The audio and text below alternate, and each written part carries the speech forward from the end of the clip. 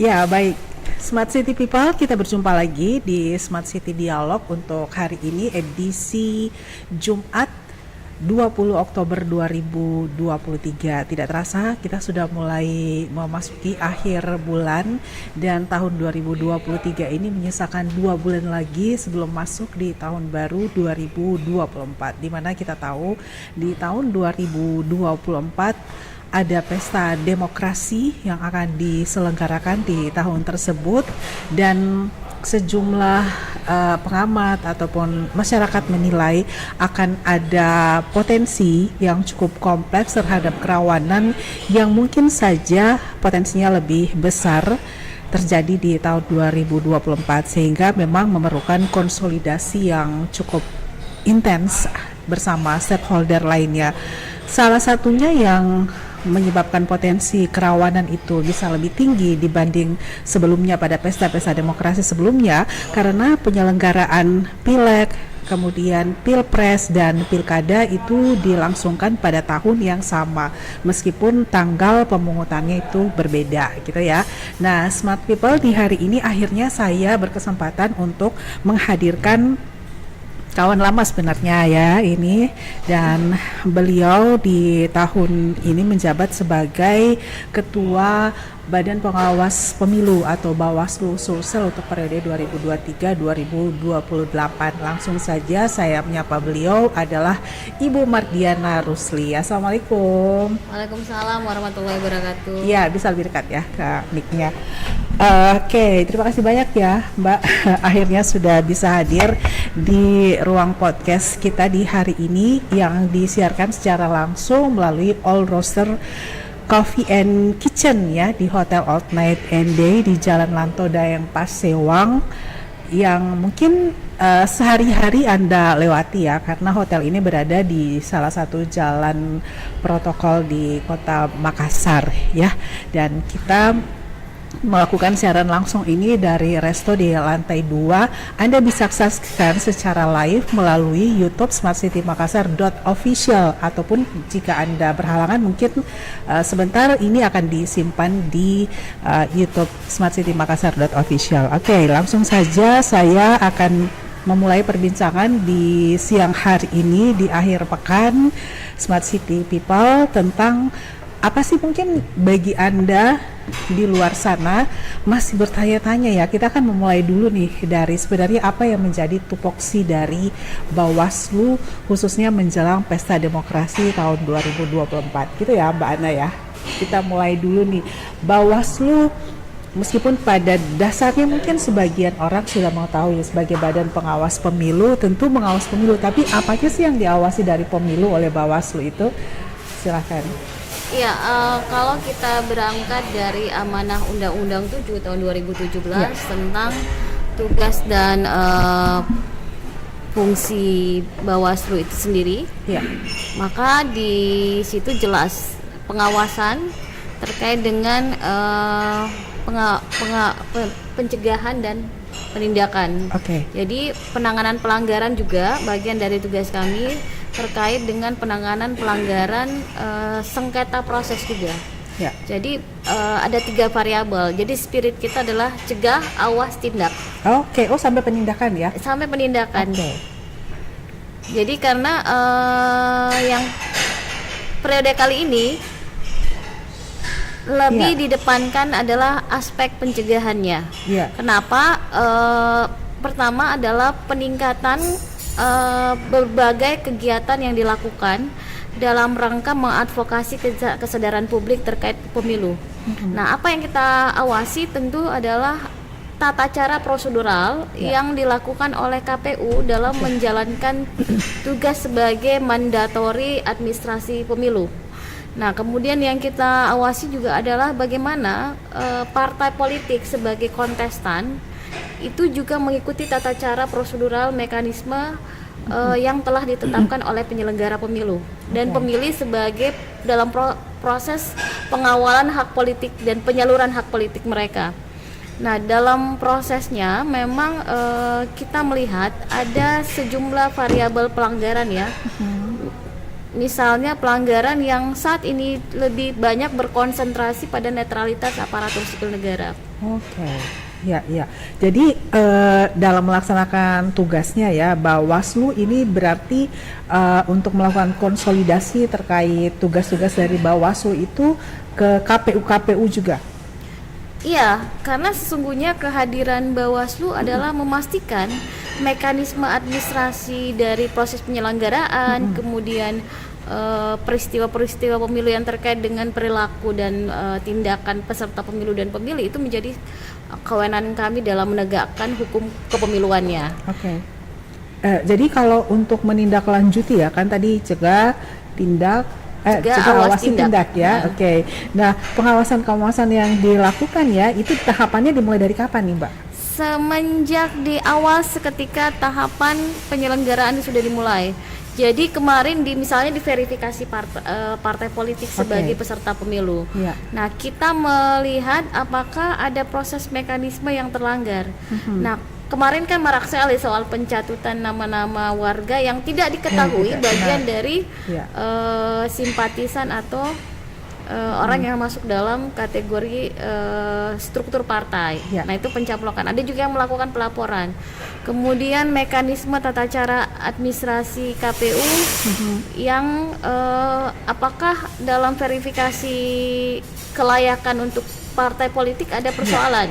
Kemarin ya ada masalah kan yang kemudian dilaporkan oleh OMS kemudian menyampaikan ke KPU terkait dengan administrasi kepemiluan. Itu juga sempat diproses walaupun ditemukan tidak ada masalah dari prosedural administrasi pelanggaran yang diputuskan Bawaslu terdahulu. Jadi pelaporan itu bisa dilakukan melalui mana? Ke KPU kah atau langsung langsung ke Bawaslu ya? Bawaslu nanti akan menindaklanjuti verifikasi begitu ya atas laporan yang masuk, dan bentuk-bentuk laporannya bisa jadi dari mana saja ya? Kalau dari laporan berarti partisipasi masyarakat. Didorong, memang kita mendorong dari aspek pencegahan, mengkonsolidasikan masyarakat untuk melakukan pengawasan partisipatif. Nah, ini yang banyak memberikan masukan kepada Bawaslu untuk diregistrasi ketika syarat formal dan materialnya sudah terpenuhi. Yang kedua adalah pelaporan, temuan. Kalau dia temuan berarti kami Bawaslu, Panwascam sampai PKD tingkat kelurahan itu bekerja untuk melakukan pengorganisasian persoalan. Itu yang kemudian dianggap sebagai tindak pelanggaran jika ditemukan. Ya, artinya kan pilkada ataupun pesta demokrasi ini kan dilakukan sepanjang 2024 di hampir seluruh wilayah ya. Di Sulawesi Selatan sendiri juga ada hampir semua ya kabupaten kota melakukan pilkada tersebut. Nah, Bawaslu juga di kabupaten kota tersebut juga membentuk tim atau seperti apa untuk sebagai bagian koordinasi ke daerah? Secara struktural kita memang punya ya. Dalam Bawaslu kabupaten kota ya. Iya. Secara struktural memang rekrutmen itu ada. Pertama untuk 24 kabupaten kota ada 80 komisioner yang sudah menjalankan tugas selama 3 bulan ini. Kemudian di tingkat Panwascam dan PKD juga ada. Jadi total kami adalah 4.072. Wow, ya lumayan ya, banyak. Bertugas. Dan dari 4.000 tersebut masing-masing untuk koordinasinya ke kabupaten kota ya? Semua di tingkatan kabupaten kota. Di luar kami provinsi 7 orang. Oh, siap ya, kalau 7 orang ya harus, tetapi mobile-nya mesti ke daerah-daerah ya, tim dari Mbak Ana sendiri dari Bawaslu Sulsel ya? Kalau kita kan posisi provinsi ini adalah menjadi fasilitator antar regulator di tingkat provinsi RI. Kemudian bagaimana menerjemahkan itu dalam bentuk operasional teknis, lalu Bawaslu yang melaksanakan operasional teknis di bawahnya. Jadi fasilitator untuk menjembatani ya semua kebijakan tersebut ke KPU atau ke Bawaslu? Ke Bawaslunya ya. Tetapi kan pasti juga dibutuhkan sosialisasi begitu ya ke stakeholder lainnya. Itulah bentuk pencegahan kita. Jadi penguatan kesadaran, advokasi kesadaran itu lewat stakeholder. Caranya adalah kita masuk di kelompok akademisi, go to kampus. Kemudian pemantau karena di basis di Bawaslu. kemudian menyasar kelompok komunitas dan kelompok profesi. Jadi penguatan itu juga menjadi penting untuk membangun kesadaran. Minimal kita mengajak mereka untuk melakukan tracking terkait dengan situasi yang ada. Pencalonan ini kan lagi marak. Iya benar. Dengan adanya sejumlah syarat pencalonan yang masih bersoal. Misalnya masih ditemukan caleg yang masih berstatus mantan narapidana yang belum selesai kasusnya atau yang sudah selesai tapi syarat administrasinya tidak terpenuhi. Di Sulsel ini ya? Di Sulsel ini ada. Kacau. Kemudian itu syaratnya sebenarnya sorry Mbak, kalau mantan napi itu berapa lama? Ya harusnya dia 5 tahun setelah selesai masa ingkrah putusannya. Jadi kalau 5 tahun menjalani kemudian tambah 5 tahun jeda pasca itu berarti totalnya berapa tahun. Nah ini menjadi syaratnya. Nah, yang kedua adalah ketika dia pernah menjadi napi, dia harus mempublikasikan diri ke ruang publik bahwa dia adalah mantan narapidana. Itu syarat dalam pencalonan PKPU. Harus disampaikan secara verbal.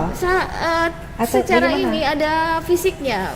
Mereka membuat satu apakah spanduk, flyer dan sebagainya menjelaskan kepada publik identitas bahwa pernah menjadi narapidana. Wah ini dilematis ya jadinya ya kalau mantan napi mau nyalon lagi terus kemudian harus mempublikasikan fakta ya dirinya sebenarnya itu sebelumnya adalah mantan napi, begitu kan Mbak Ana ya secara. Ya itu aturan dari PKPU yang dikeluarkan oleh KPU. Iya. Jadi atau mungkin ada bahasa-bahasa lain yang bisa disampaikan lebih halus. Tetapi aturannya memang harus sudah seperti itu. Dan memang yang rumitnya ini adalah ketika kita menemukan tafsir regulasi norma terkait dengan syarat calon ketika dia melakukan kejahatan yang berulang-ulang. Ini perdebatan antara KPU dan Bawaslu ini masih. Ini gimana nih yang maksud kejahatan berulang-ulang, apakah pada kasus yang sama ataukah kasus yang berbeda-beda? Misalnya dia pernah di tipikor, kemudian dia pernah pidana umum, kemudian ini. Nah itu masih ada.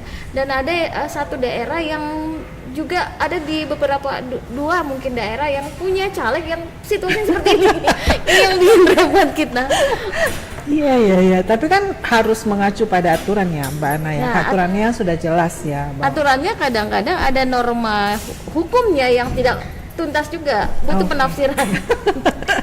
Jadi kadang-kadang interpretasi orang bisa berbeda-beda ya. Tapi ya kembali lagi kepada aturan yang sudah ditetapkan gitu. Nah, Mbak Ana, ini 2024 menyisakan 2 bulan ya. Dan ini pasti akan dari sekarang pun kita sudah mulai merasakan energi 2024 itu 3 sudah bulan mulai lebih terasa, iya. Nah biasanya kalau Mbak Ana sendiri kan sebelumnya pernah di KPU ya, sekarang menjabat sebagai Ketua Bawaslu Sulsel. Biasanya potensi-potensi kerawanan khususnya Sulsel yang selalu ditetapkan sebagai wilayah yang potensi kerawanannya cukup tinggi gitu. Mbak Ana biasanya apa sih ya dari Sulsel ini menjadikannya sedemikian seksi ya begitu. Tingkat kerawanan yang cukup tinggi cukup tinggi. Kalau bicara indeks kerawanan pemilu yang dikeluarkan oleh Bawaslu RI pada periode pemilu 2019 merujuk, memang indikatornya kan konflik sosial, profesionalisme penyelenggara, kemudian netralitas dan sebagainya. Sulsel berada pada grafik 5 besar waktu itu. Untuk dalam konteks penanganan pelanggaran. Nah, di waktu lalu kan kita lihat bahwa ada mobilisasi dari camat-camat ya, yang kemudian walaupun rekomendasinya harus ke KSN, terus ada juga potensi lain terjadinya pelanggaran-pelanggaran.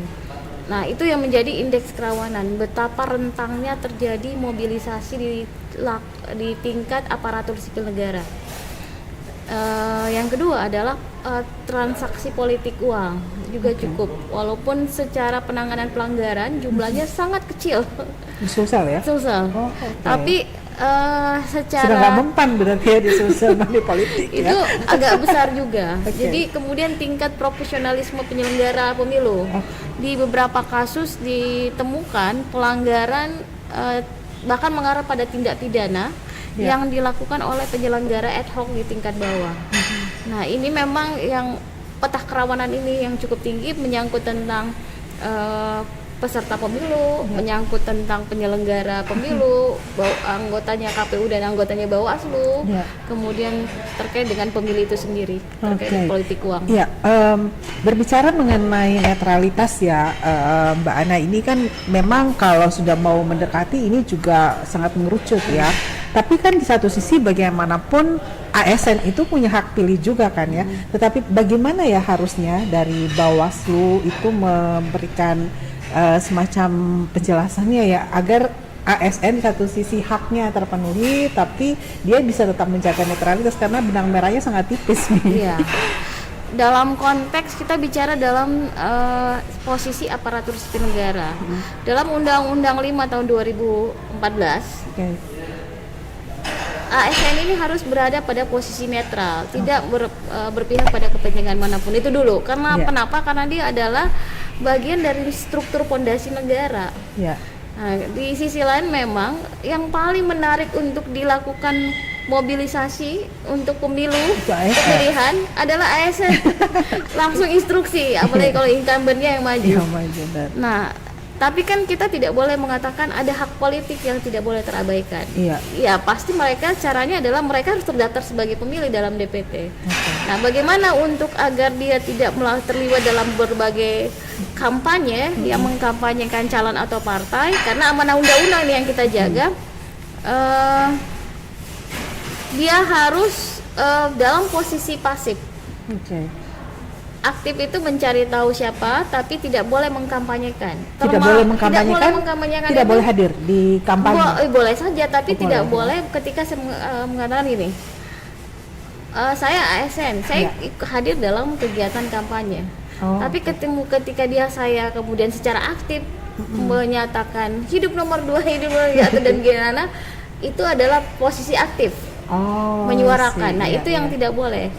Harus dalam posisi pasif. Apalagi jangankan itu, di media sosial pun kita berfoto, pakai unggah, like saja itu dianggap posisi aktif ya. Kemudian kita foto dengan kode-kode jari, itu juga posisi aktif. Walaupun sebenarnya tidak pakai atribut, tapi ingat bahwa Anda aparatur negara itu melekat dimanapun Anda berada. Iya. Jadi kode-kode keras ataupun tidak itu tidak dibenarkan. Tidak dibenarkan. Kata yang ASN kemarin nggak enak kan jadi ASN kalau dalam musim pemilu. Iya benar ya. Jadi netral itu kan interpretasinya bisa berbeda-beda kan ya Mbak Ana ya di setiap orang. Netral ya harus pasif sebenarnya. Pokoknya netral harus pasif itu intinya ya. Kalau datang di tempat kampanye ya sudah duduk diam. Dia kan boleh mendengarkan visi misi hak politik. Tidak boleh foto. Hindarilah. Ya, sebaiknya dihindari. Nah, ini kan kemarin menariknya Pak PJ Gubernur di tanggal berapa ya, hari Senin kemarin itu melakukan deklarasi di ribuan aparatur sipil negara untuk komitmen netralitas. Jadi semua pejabat di lingkup provinsi itu menandatangani fakta integritas untuk menjamin komitmen netral. Ini semoga benar-benar perwujudannya bisa sampai tingkat bawah gitu ya. Nah, kan kalau di tingkat pimpinan PJ Gubernur Pak Bahtiar sudah menekankan itu, maka konsolidasinya kita juga lebih enak lah. Lebih enak, benar. Itu juga dilihat dari ini belum kampanye loh, kampanye. Udah 40 yang lebih yang kita tangani pelanggaran aparatur sipil Itu laporannya dari mana, Mbak? Dari 24 kabupaten kota yang sudah melakukan dari masyarakat dan temuan dari tim Bawaslu di kabupaten kota ya. Ini akan semakin tinggi intensitasnya ini ya di 2000. Apalagi kampanye nanti. Kampanye kalau ini mulai 28 November. Sudah mulai 28 November ya kampanye. Wow, harus bersiap-siap nih ya semuanya. Teman-teman di KPU, di Bawaslu harus bisa menyiapkan energi yang kuat gitu, mentalnya gitu, karena kan banyak mungkin ya akan menerima laporan-laporan, terus juga akan menerjunkan tim ke lapangan ya berarti ya untuk melakukan pengawasan langsung ke lapangan pada aktivitas-aktivitas kampanye yang dilakukan. Artinya kalau kampanye sudah dibuka 28 November, aktivitas publikasi atau campaign di tempat-tempat publik itu juga sudah bisa dijalankan. Bisa dijalankan karena memang kan itu ruang kita berkampanye. Tetapi ada beberapa kampanye yang dilarang. Misalnya dalam konteks narasi, dia tidak boleh menyinggung tentang Pancasila, undang-undang, struktur fondasi dasar negara dan sebagainya, NKRI. Kemudian narasi terkait ujaran kebencian, hoaks dan sebagainya yang bisa menyebabkan orang lain merasa tidak nyaman.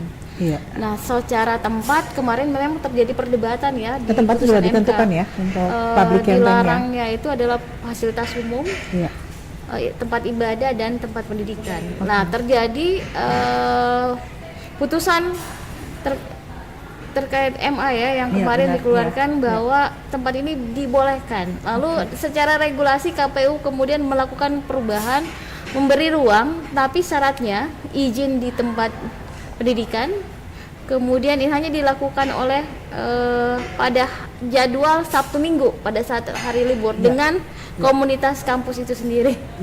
Tidak ada perkuliahan ya. Tidak ada perkuliahan. Tapi mungkin dialog bentuk-bentuk kampanye juga bisa disesuaikan ya dengan konsumsi teman-teman di kampus gitu ya. Lebih pada dialog intelektual mungkin ya. Mungkin lebih muaranya adalah penguatan pendidikan politik saja. Benar, pendidikan politik. Sebenarnya itu meskipun dibungkusnya dengan sangat rapi gitu, beberapa itu sebenarnya sudah mulai melakukan itu kan ya ke kampus-kampus kan. Ya meskipun saat itu kita melihatnya masih sebatas kuliah umum ya, tapi sebenarnya itulah ya campaign yang sudah dibalut dengan sangat halus begitu. Nah Mbak Ana, kita lanjut lagi nih, kan tadi sudah disebutkan ada ujaran kebencian ya, hate speech ya gitu, terus apalagi money politik ya, untuk hoax dan lain sebagainya. Memang mungkin secara aturan sangat jelas ya, tapi aktivitas di lapangan kan kadang-kadang juga kita tidak bisa hindari terjadi hal-hal yang seperti itu di lapangan. Nah, kira-kira Bawaslu ini melihat khususnya di Sulawesi Selatan gitu, tantangannya di mana Mbak Ana? Tantangannya di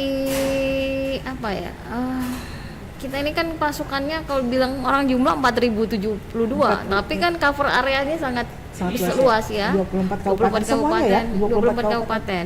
Kemudian kita hanya punya PKD satu di tingkat desa dan kelurahan. Itu tuh fungsinya buat apa? Untuk melakukan patroli pengawasan. Pengawasan. Nah, di sejauh ini terkait dengan narasi kita belum ada case yang ke situ ya, belum ada.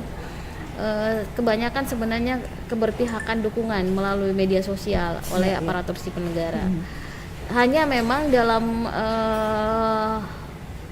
tugas Bawaslu dalam pengawasan di tingkat pusat sudah ada satu kerjasama strategis dengan pemilik provider maupun platform media. Untuk melakukan penghapusan dan take down. Nah, ketika ada situasi seperti itu, kita hanya melakukan kerjasama dengan cybercrime dari Polda untuk penanganan kasus-kasus seperti ini, dan hanya melaporkan ke tingkat pusat terkait ada peristiwa ini. Nanti pusat yang akan berkoordinasi dengan platform medianya. Sekarang kita masuk di penindakan tadi yang seperti disampaikan Mbak Ana ya. Sampai sejauh mana atau sebesar mana coverage kewenangan dari Bawaslu untuk penindakan itu jika menemukan hal-hal pelanggaran di lapangan? Penindakan kan ada dua peristiwa pelanggaran. Itu bisa pelanggaran administrasi yang terkait dengan keputusan KPU atau keberatan antar peserta pemilu maupun antar pemilu dan KPU, maka diberi ruang untuk dilakukan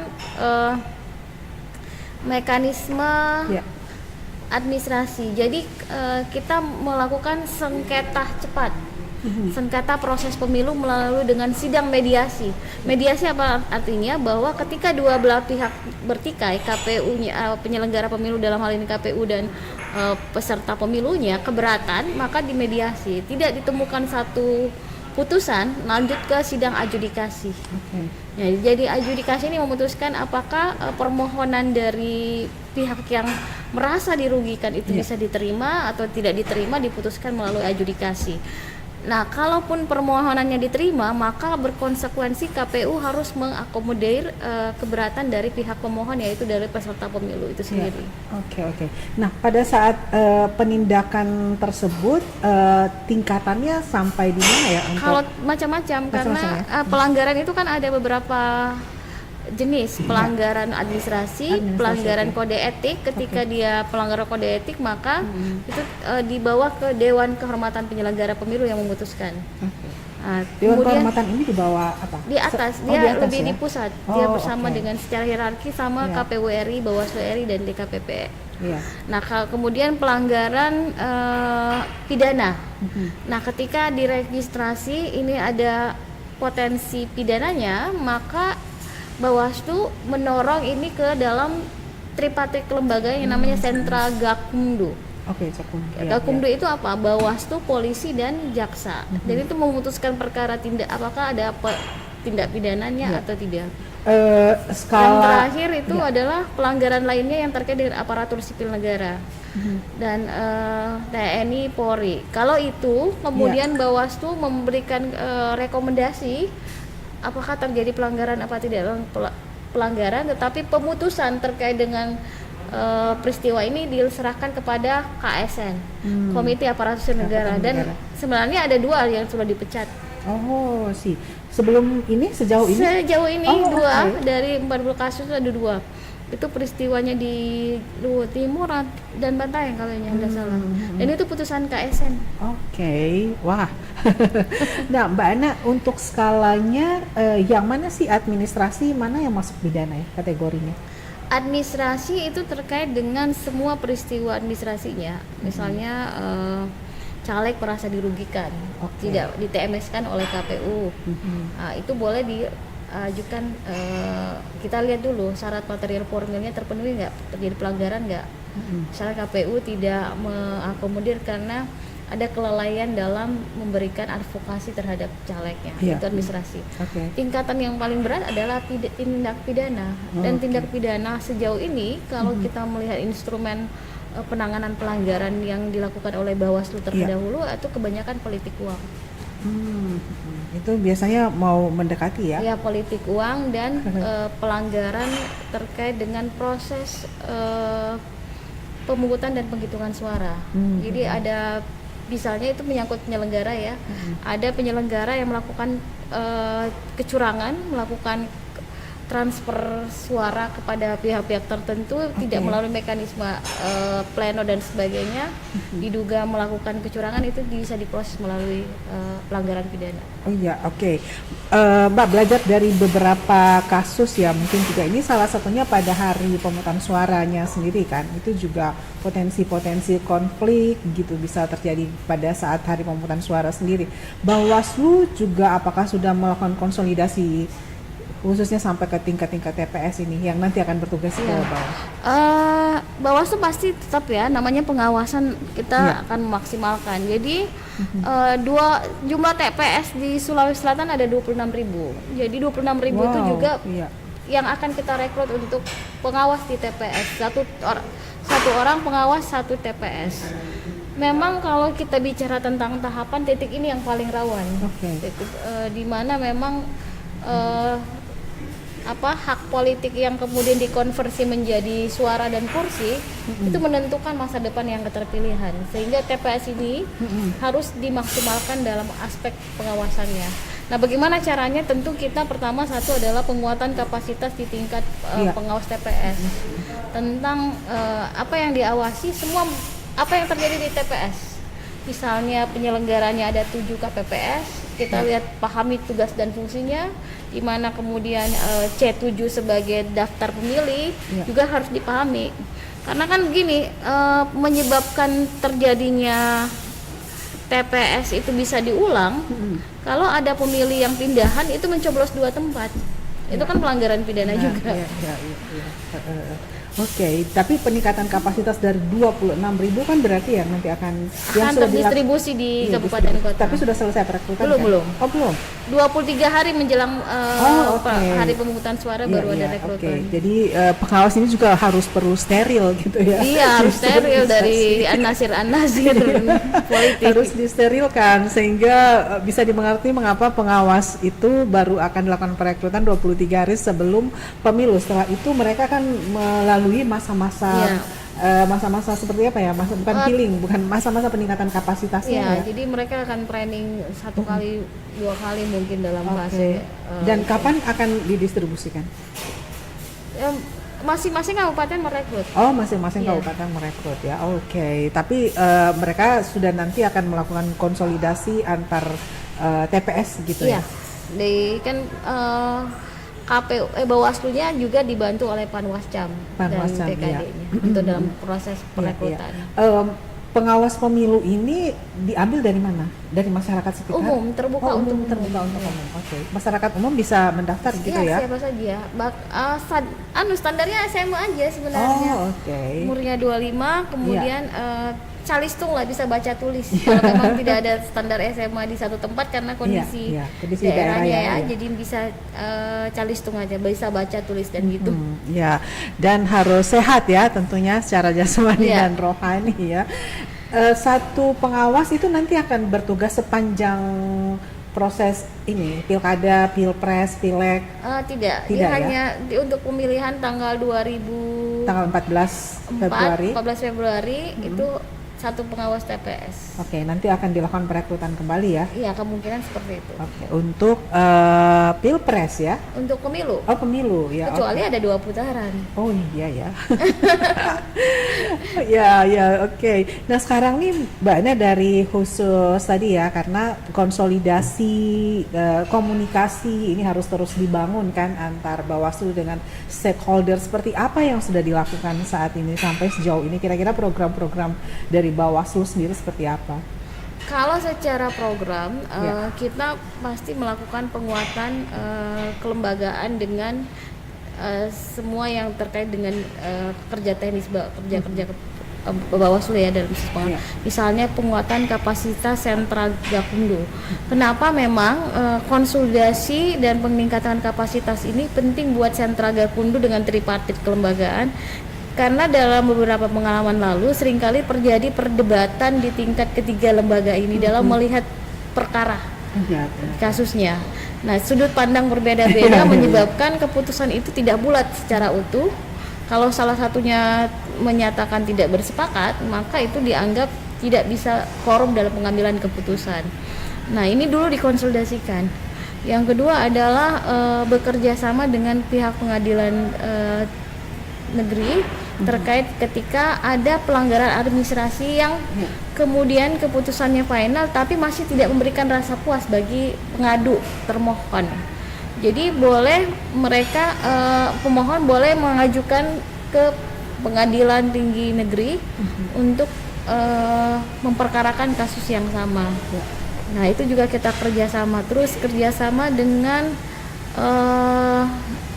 itu dari sisi penindakan ya. Dari pencegahannya ya semua tadi, stakeholder akademisi, komunitas, profesi, media juga kita lakukan peningkatan kapasitasnya. BKD itu untuk mengecek siapa saja sih calon yang kemudian masih tersangkut izin atasannya untuk mencalonkan dari sisi aparatur sipil negara, kemudian TNI Polri itu juga bagian dari mitra strategi kami. Forkopimda lah yang sering kita ajak berdiskusi terkait soal kepemiluan. Oke.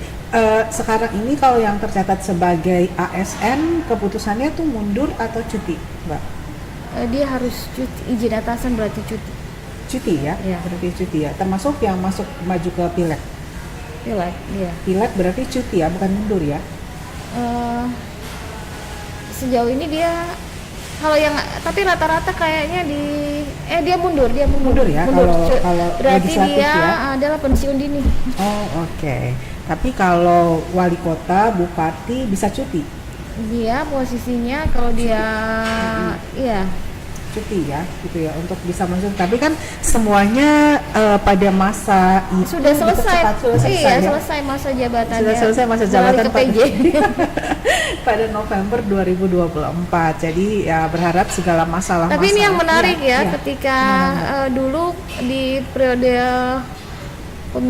PKPU lalu itu mengatur ketika Anda sudah terpilih menjadi caleg DPR berarti harus mundur dari ini. Ini tidak ada lagi klausul itu. Tapi artinya itu apa, Mbak Ana? Kalau artinya masih diberikan ruang bahwa Anda mungkin hanya sementara ketika tidak terpilih balik lagi menjadi anggota dewannya gitu ya. Itu masih tafsir ya karena belum ada sesuatu putusan surat edaran konkret dari KPU. Oh, oke. Tapi sekarang ini menghadapi masa kampanye ya 20 berapa tadi Mbak? November ya? 3 September ya? Dimajukan. Oh, oke. Kampanye ya? Iya, 28 November ya, 28 November sudah mulai kampanye. Semoga Sulawesi Selatan ini bisa menghadirkan itu aura dan kondisi kampanyenya bisa lebih sehat ya di mana saja dilakukan kampanye. Tentu dari pihak-pihak yang terkait itu sudah membuat aturan, kemudian juga tempat-tempat kampanye juga sudah ditentukan. Bagaimana kita masyarakat juga bisa lebih cerdas ya ketika melakukan mobilisasi massa pada masa-masa kampanye nanti. Nah, oke, Mbak Ana, masa konsolidasi yang saat ini dilakukan sudah tadi dijelaskan ke beberapa stakeholder ya, termasuk juga program-program yang akan dimasifkan nanti menjelang pemilu kada nanti di Pilpres di tahun 2024. Di masa kampanye nanti Bawaslu akan ada di mana nih untuk masa-masa kampanyenya? Di lapangan. Di lapangan ya? Iya, kita harus lakukan patroli terus-menerus dalam waktu, karena gini, pertama adalah yang kita akan perhatikan adalah penyelenggaraan semua kan terjadwal. Masa kampanye tatap muka, terbuka, dan itu kan terjadwal melalui jadwal yang dikeluarkan oleh KPU. Nah, itu juga kita harus lihat, jangan sampai ada peserta pemilu yang melakukan kampanye di luar jadwal. Nah, yang kedua adalah mekanisme kampanye di media sosial. Kan harusnya dalam satu partai mendaftarkan 20 akun resmi yang dilaporkan ke KPU, dan itu menjadi alat kita untuk melakukan pengecekan bagaimana mendorong elektabilitas mereka dalam ruang media sosial. Itu minimal 20 akun atau maksimal 20? Maksimal 20 akun. Tapi kan problemnya ini banyak akun-akun iya, benar. di luar bayangan gitu ya. Itu. Bayangan. Itu akun yang didaftarkan, akun yang termasuk pada kerjasama, akun resmi yang didaftarkan ke KPU dan menjadi alat kampanye. Oh, berarti akun internal dari mereka dari peserta ya, dari peserta pemilu yang didaftarkan. Luar biasa ya. Jadi satu caleg atau partai? Dari partai ya? Iya. Bukan caleg? Bukan caleg. Oh, oke. Dari partai harus maksimal memiliki 20 akun, itu luar biasa ya. 20 akun yang harus didaftarkan ke KPU, Bawaslu. KPU. Oh, KPU ya. Nanti dari Bawaslu akan menindaklanjuti hal itu ya dalam bentuk pengawasannya ke bawah. Oke, Mbak Dana. Sekarang kita masuk ke 2024 ya. 2 bulan lagi nih, 2024 sudah mulai dibuka. Mulai sekarang itu sudah mulai terasa ya. Tadi saya sudah sebutkan auranya tuh sudah mulai kencang juga ya untuk sosial ya. Aturan lain yang menjadi selain tadi ya, dari materi kampanye, kemudian kita sudah memulai masa pendaftaran. Pada saat pelaksanaannya, aturan mana yang harus diperhatikan oleh para peserta? Ini kan fase di mana fase menuju daftar calon tetap ya. Tentu berarti aturan yang harus mereka perhatikan ketika mereka ditetapkan menuju penetapan itu adalah mekanisme syarat administrasi pencalonan. Sekarang kan begini, kalau ketidakterpenuhan syarat administrasinya biasanya mereka masih ditemukan ada menjelang itu masih pindah partai. Dari caleg ini pindah ke partai lain, itu ribet lagi. Berarti ada pengurangan jumlah komposisi di dapil. Yang kedua adalah keribatan lain adalah komposisi keterpenuhannya kuota 30% perempuan. Ini masih menjadi perdebatan bagaimana pola pengawasan kita terkait dengan setelah keputusan Mahkamah Agung terkait pembulatan komposisi perempuan. Kemudian soal syarat administrasi terkait izin atasan yang masih belum tuntas. Kemudian perdebatan posisi aparatur sipil negara yang memang sudah ada dalam surat izin atasan, tetapi dia bersoal dari peraturan undang-undang lain. Kan ketika Anda menjadi caleg, syarat lainnya adalah harus memiliki KTA, kartu identitas partai. Begitu Anda memilih, berarti Anda pernah berpartai. Sementara ASN tidak boleh berpartai kan. Jadi itu yang memang agak menjadi satu perdebatan soal keterlibatan anggota TNI yang mau nyalek dan harus punya surat izin atasan. Tetapi ketika dia sudah memenuhi syarat itu, ada syarat lain yang juga tidak dipenuhi, yaitu adalah terdaftar dalam data pemilih. Oh, oke. Sementara TNI Polri kan nggak boleh didaftar sebagai ini. Jadi memang perumitan administrasi ini juga hampir menghabiskan energi bagi para caleg. Kalau surat izin atasan itu, Pak, deadline-nya sampai kapan sudah harus keluar? Sebelum ini lagi dalam proses sebelum penetapan DCT. Harusnya memang menurut saya KPU ini cukup longgar.